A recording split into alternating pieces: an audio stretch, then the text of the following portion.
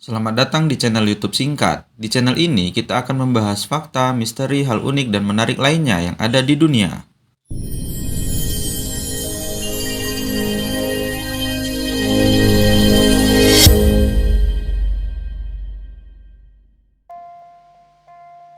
Keunikan Desa Makunik berusia 1500 tahun dan masih ada sampai sekarang. Di kawasan Timur Tengah, menawarkan begitu banyak hal unik sekaligus eksotik. Satu di antaranya adalah desa yang dijuluki Desa Kurcaci di Iran. Desa ini bernama Makunik. Desa Makunik terletak di satu sudut terpencil di Provinsi Khorasan, Iran Selatan, dekat dengan perbatasan Afghanistan. Usia Desa Makunik ternyata sudah mencapai 1500 tahun. Saat itu, para penduduknya memiliki tinggi badan tak lebih dari 1 meter. Penduduk di sana terindikasi menderita dwarfisme, kondisi di mana seseorang tidak mengalami pertumbuhan yang normal.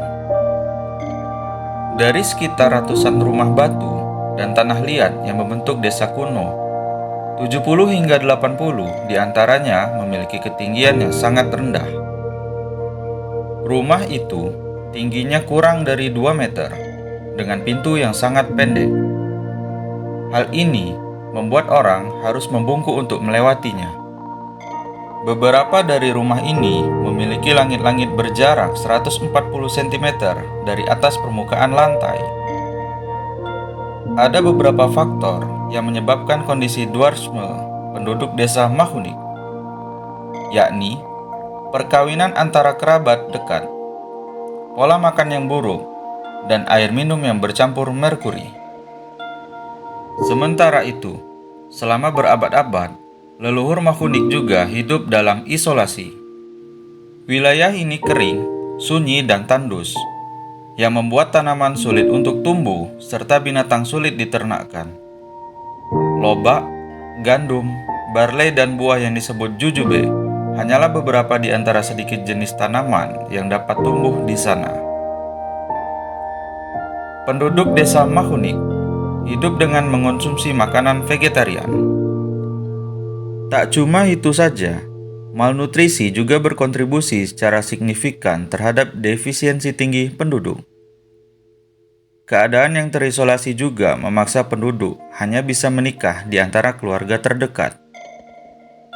Ini pula yang memungkinkan gen buruk dimiliki oleh kedua orang tua dapat menurun pada anaknya. Beberapa gen ini berkontribusi dalam dwarfisme. Pada pertengahan abad ke-20, desa ini mulai tersentuh pembangunan jalan dan akses kendaraan yang memudahkan penduduk untuk mencari kebutuhan sehari-hari, termasuk memperoleh bahan makanan, sehingga mereka mulai dapat menyantap nasi dan ayam. Efeknya, dwarfisme di desa Makunik mulai berkurang.